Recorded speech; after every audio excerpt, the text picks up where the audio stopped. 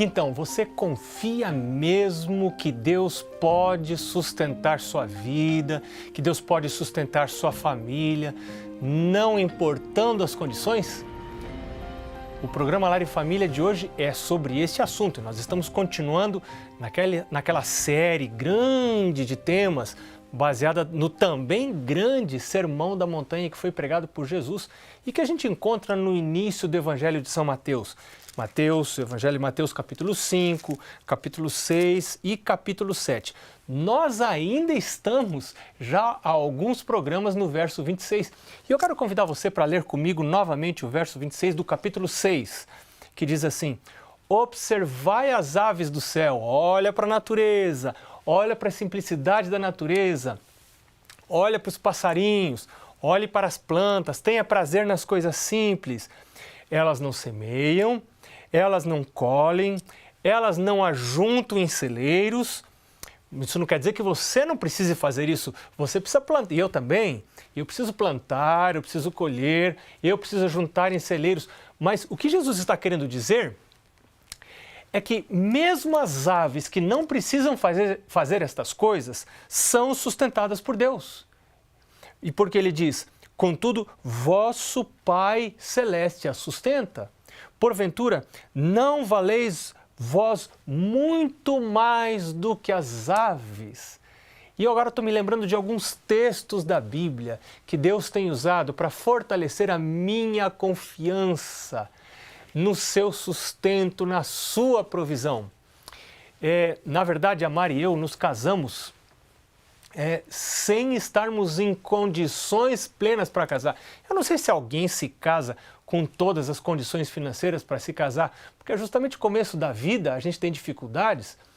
Eu me lembro meu pai dizendo: meu filho, espera um pouco mais, trabalhe um pouco mais, junte um pouco de dinheiro, aí você se case. Mas eu gostava da morena, o que eu vou fazer? E eu disse: meu pai não sabe nada, eu vou me casar e o amor resolve tudo.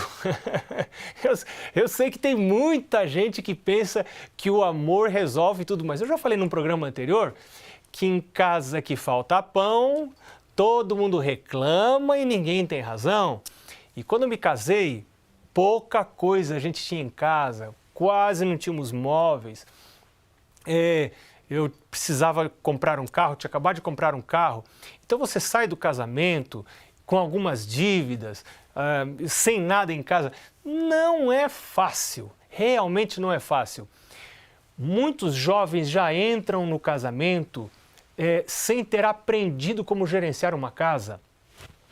No programa Encontro de Paz em espanhol, e você pode acessar esse programa no nosso site, adventistas.org/família. Temos um site do Ministério da Família da Igreja Adventista, adventistas.org/família. E se você for na parte em espanhol do site, ali vai ter, em 2014, nós estivemos gravando em espanhol com Dona Rabenet. E ela aconselha, é uma psicóloga americana, ela aconselha que os pais, durante um mês, deem a tarefa de sustentar a casa, de comprar os mantimentos da casa para os filhos. Os filhos pagam, um filho paga todas as contas e faz todas as compras daquele mês, como um meio de preparo para a vida adulta. Alguns filhos vão para a vida adulta e nunca fizeram compras, não sabem o que é comprar, não tem ideia do número de contas que uma família tem que pagar. É telefone, é água, é luz, é tanta coisa que a gente tem que pagar, é multa que pode aparecer sem você imaginar. São tantas coisas, tantas variáveis a vida financeira de uma casa. Enfim, nós nos casamos. E claro, eu me lembro que eu casei sempre imaginando ter uma poupança. A nossa poupança foi acabando até o ponto que nós não tínhamos mais como viver. E então me lembro que nós rasgamos cartão de crédito, cortamos o cartão de crédito, rasgamos os talões de cheque e fomos começar a viver com o dinheiro que tínhamos. E como nós não tínhamos, Eu me lembro que nós fizemos um pacto de viver a banana e a fubá, se fosse necessário, mas não fazer empréstimos, não pegar adiantamento, não pegar dinheiro emprestado. E nesta época, nós renovamos o nosso pacto com Deus, de fidelidade a Deus, de devolver o dízimo a Deus, como diz a palavra de Deus, de ter um plano de ofertas com Deus. Nessa época difícil. E foi nessa época que nós vimos mais milagres de Deus provendo o sustento. Um dos textos que me animam muito está no livro de Salmos. O Salmo 23 é um salmo muito conhecido. Claro que você conhece o Salmo de 23. Muitas crianças decoram o Salmo 23 ainda em casa. Olha, o que diz o Salmo 23? O Senhor é meu pastor. Ele não é só meu pastor. Ele é meu criador. O pastor é aquele que cuida das ovelhas. É aquele que leva as ovelhas para o pasto. O pastor é responsável pela comida das ovelhas, pela água das ovelhas, pelo sustento das ovelhas. E o texto diz, o Senhor é meu pastor, nada me faltará. Eu tenho entendido por esse texto que se o Senhor é meu pastor, se eu faço dele o meu pastor, se eu busco a Ele cada manhã, se eu me coloco debaixo da sua guarda, debaixo do seu sustento, se eu entrego o meu caminho ao Senhor, como diz o Salmo 37, verso 5, entrega o teu caminho ao Senhor, confia nele e o mais ele fará. Se eu oro, o pão nosso de cada dia nos dá hoje, nada me faltará. Deus é responsável pelo meu sustento, Deus é responsável pelo seu sustento. E o texto diz, ele me faz repousar em pastos verdejantes, leva-me para junto das águas de descanso, refrigera-me a alma, guia-me pelas veredas da justiça por amor do seu nome. E ainda, porque pode acontecer de aparecerem coisas que não são boas em sua vida. Nós já estivemos falando em programas anteriores que Jesus nenhuma vez prometeu que eu e você não vamos ter problemas. Nós podemos ter problemas com os nossos filhos, nós podemos ter problemas no nosso casamento, nós podemos ter problemas na nossa vida financeira. Jesus não prometeu que estaríamos livres de problemas. Jesus nunca prometeu que o crente, o filho dele, não ficaria desempregado. Jesus prometeu que ele seria o seu pastor, que ele estaria com você e comigo, mesmo quando precisássemos, como diz aqui o verso 4 do Salmo 23, passar pelo vale da sombra da morte.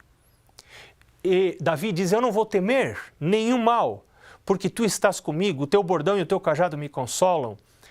E aí ele diz no verso 6, bondade e misericórdia certamente me seguirão todos os dias da minha vida e habitarei na casa do Senhor para todo sempre. Davi tinha uma confiança absoluta no sustento da parte de Deus. E Deus provou isso a ele muitas vezes. Eu me lembro de uma vez que as nossas filhas eram pequenas e as condições do país eram diferentes das que nós temos hoje, as condições econômicas eram diferentes.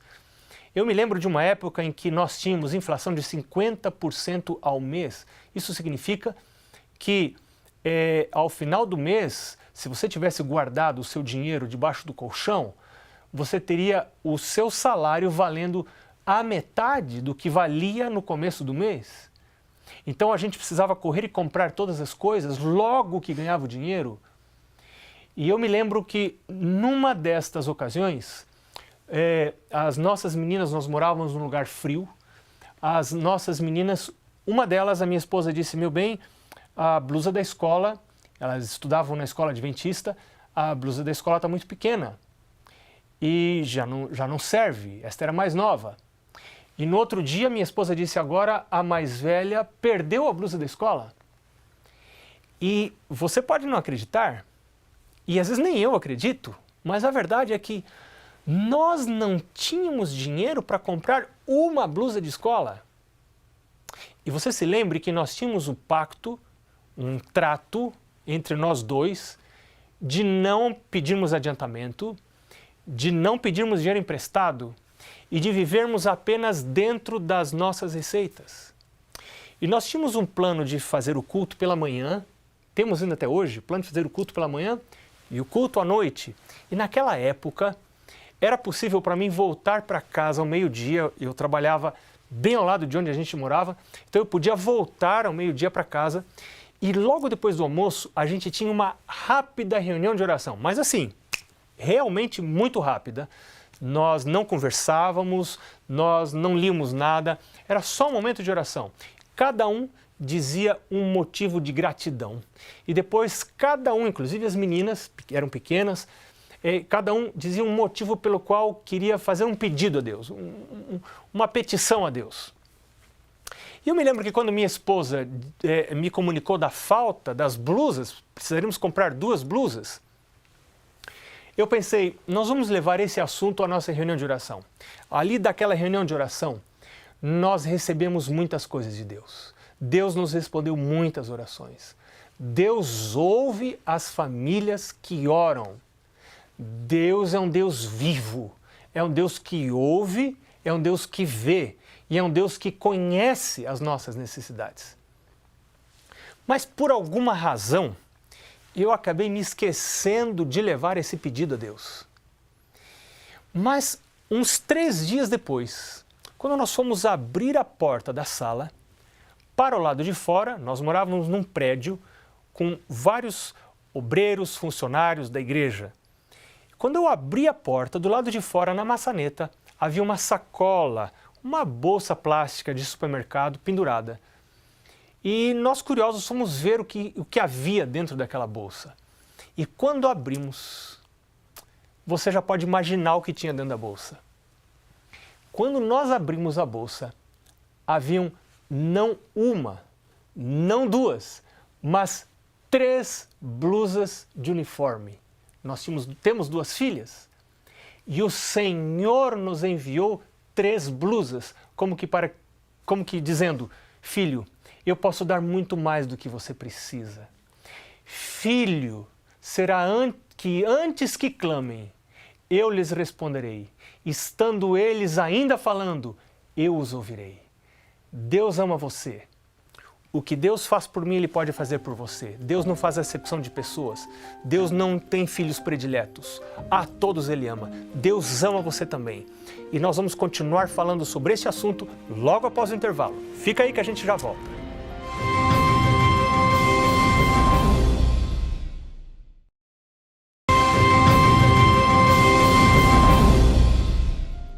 E então, você sente que precisa fortalecer a sua confiança em Deus?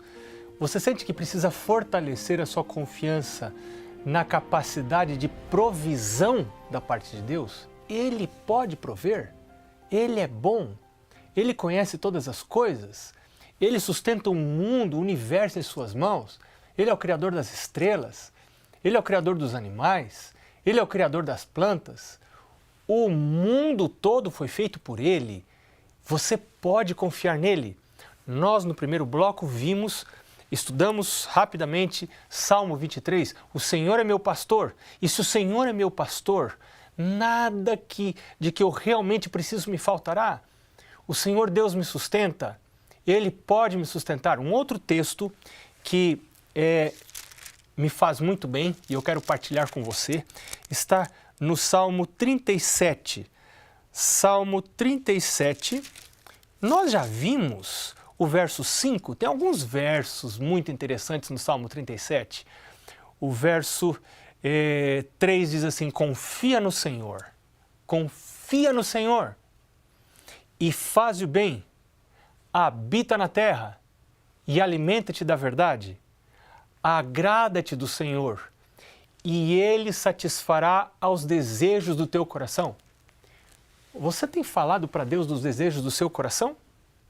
O verso 5 diz, entrega o teu caminho ao Senhor, confia nele. Não pode haver ansiedade na confiança.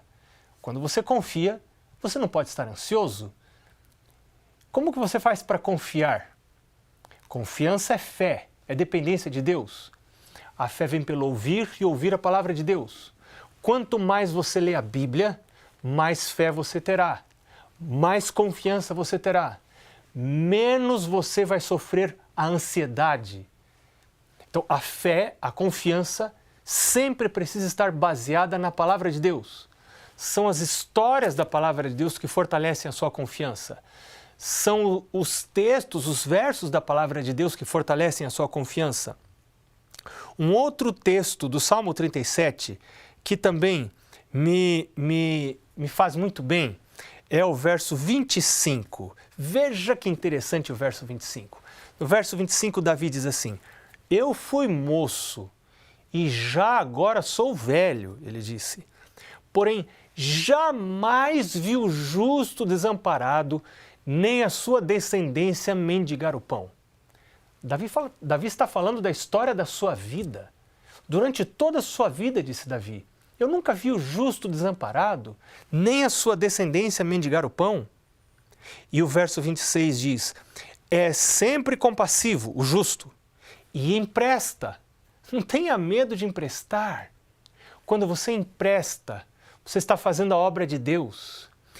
Quando você empresta, você está dizendo: eu não tenho medo de perder, porque quem me sustenta é Deus. Eu não dependo das coisas materiais para o meu sustento. Eu dependo de um ser soberano, criador do universo, um ser espiritual. É dele que me vem o sustento.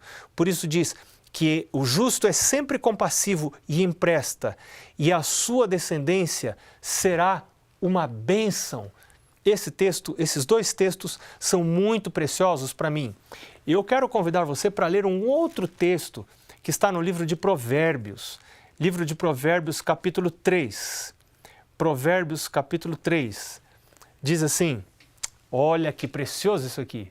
Olha que precioso. Capítulo 3, versos 9 e 10. O verso 9 diz: honra ao Senhor com os teus bens, com os teus recursos. Honre a Deus. Como que você honra a Deus com os seus recursos? De várias maneiras. Paulo diz: quer comais, quer bebais, façais outra coisa qualquer, fazei tudo para a glória de Deus. Pela maneira como eu gasto os meus recursos, eu posso estar honrando a Deus. Mas eu também honro a Deus quando eu dedico parte dos meus recursos para o serviço de Deus. Quando eu compreendo que eu apenas sou um administrador dos recursos que Deus coloca nas minhas mãos, nada realmente me pertence. A Bíblia diz que eu nu cheguei a este mundo, nu sairei deste mundo, não vou levar nada do que Deus colocou nas minhas mãos aqui, as coisas passam pela minha mão muito rápido, e Deus me colocou como administrador dos seus recursos aqui na terra. Então, se uso esses recursos para beneficiar os mais pobres, as pessoas necessitadas, aqueles que me cercam, e também para fazer avançar a causa de Deus aqui na terra, então estou honrando a Deus. Eu honro a Deus também quando entrego minhas ofertas, quando entrego o meu dízimo. Desta maneira eu estou honrando a Deus. E a palavra de Deus diz: honra ao Senhor com os teus bens e com as primícias de toda a tua renda. E diz o texto no verso 10, e se encherão fartamente os teus celeiros e transbordarão de mosto os teus lagares. Olha que coisa maravilhosa! Deus está dizendo: meu filho, se você fizer o contrário do que o senso comum ordena, o senso comum diz para você segurar, guardar, apegar-se ao que você tem. Deus está dizendo: meu filho, abra mão e honre a Deus com o que você tem. E eu vou fazer com que se encham os seus celeiros. Em todo o livro de Provérbios você encontra coisas preciosas sobre essa questão do sustento que nos vem da parte de Deus. Olha, eu folhei aqui a Bíblia, estou em Provérbios capítulo 15, o verso 16. Olha o que diz Deus. Veja só. Melhor é o pouco havendo o temor do Senhor. Está aqui de novo vida simples. Olha, Deus dizendo: filho, não busca grandes coisas, não corra atrás de sofisticação, de grandes riquezas. Melhor é o pouco havendo o temor do Senhor, do que grande tesouro onde há inquietação. Existem pessoas que na sua vida financeira dão um passo maior que a perna e acabam tendo ansiedade gerada por atitudes inapropriadas em relação à vida financeira? Claro. Então, o Senhor Deus está dizendo aqui na Bíblia: meu filho, seja um pouco mais conservador na sua vida financeira. Não dê passos grandes demais. E o verso seguinte, o verso 17, diz assim: melhor é um prato de hortaliças onde há amor. Veja só, é melhor você ter pouco, é melhor você não fazer viagens tão caras, é melhor você não ficar saindo e comendo em restaurantes caros toda semana, todo final de semana ou várias vezes por semana. É melhor você não ter carro novo, você pode comprar um carro usado e você andar de cabeça erguida. Andar de cabeça erguida porque você não tem dívida, você não está devendo para ninguém, você está em paz. Eu vou dizer um negócio para você. Quando você está endividado, até a sua fé balança. Porque você começa a pensar que Deus abandonou você. Claro, você está em dívidas, mas não foi Deus que me levou para as dívidas. Na maioria dos casos, eu já disse em programas anteriores que em alguns momentos nós contraímos dívidas porque temos problemas que não foram gerados por nós mesmos, eles aconteceram, são os imprevistos, pode ser uma doença, uma catástrofe, um acidente. Mas na maioria das vezes não é este o caso. Na maioria das vezes nós atraímos problemas financeiros porque temos problemas no gerenciamento da nossa vida financeira. Então aqui Salomão diz, olha, é muito melhor você comer um prato de hortaliças, em vez de comer caviar, trufas, coisas muito finas. É melhor um prato de hortaliças onde há amor, onde há tranquilidade, onde há o temor do Senhor, do que boi cevado e com ele ódio. Lembra que eu estava dizendo para você que em casa que falta pão, todo mundo reclama e ninguém tem razão? Veja, Provérbios tem muitos textos interessantes. Eu quero voltar agora para Mateus capítulo 6. E se você tem condição de agora abrir a sua Bíblia, se você está com a sua Bíblia, vamos juntos voltar para Mateus. Porque ali Jesus disse, voltando ao verso 26, observai as aves do céu, elas não semeiam, elas não colhem, elas não ajuntam em celeiros, mas o vosso Pai Celeste as sustenta. O Pai Celeste as sustenta. E você, não vale mais do que as aves? E aí ele continua dizendo no verso 27, qual de vós, por ansioso que esteja, pode acrescentar um côvado ao curso da sua vida? E alguns programas atrás, eu li um texto do livro Desejado de Todas as Nações que dizia que a ansiedade é cega. Sabe, algumas pessoas acabam se viciando na ansiedade. Quando você se habitua a viver com ansiedade, você joga adrenalina na sua corrente sanguínea. E ela, de certa forma, acaba sendo um pouco viciante. E parece que você precisa ter a sua dose de ansiedade para poder continuar vivendo. Mas neste texto, nós estamos encontrando a ordem de Deus para não sermos ansiosos. No verso 25, que nós já estudamos há vários programas atrás, Jesus disse, não andeis ansiosos. Eu tenho muita facilidade para a ansiedade. Eu preciso lutar contra isso. E eu estou lutando contra isso. Eu estou consciente de que a ansiedade é uma desobediência a esta ordem, a este mandamento de Deus. Não andeis ansiosos. E o que eu preciso fazer para vencer a ansiedade? Eu preciso ter rotinas de comunhão com Deus. Eu preciso passar tempo orando. Eu preciso passar tempo lendo a palavra de Deus.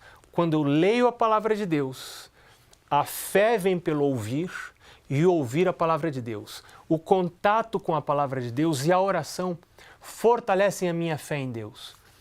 Pelo que estamos estudando aqui, o contato com a natureza, aprendendo lições da natureza, também é uma maneira de combater a ansiedade. Eu vou à natureza, comungo com Deus em minha natureza. Não adoro a natureza, eu adoro o Criador da natureza. Ele que fez todas as coisas. Ele que é todo-poderoso. Ele que faz crescer as árvores. Ele que faz crescer os animais. Esse é o seu Deus. Este é o meu Deus. O Deus que criou você com propósito e que agora diz para você que vai sustentar a você. Não ande ansioso. O Senhor ama você. E o Senhor tem planos para a sua vida e para a sua família.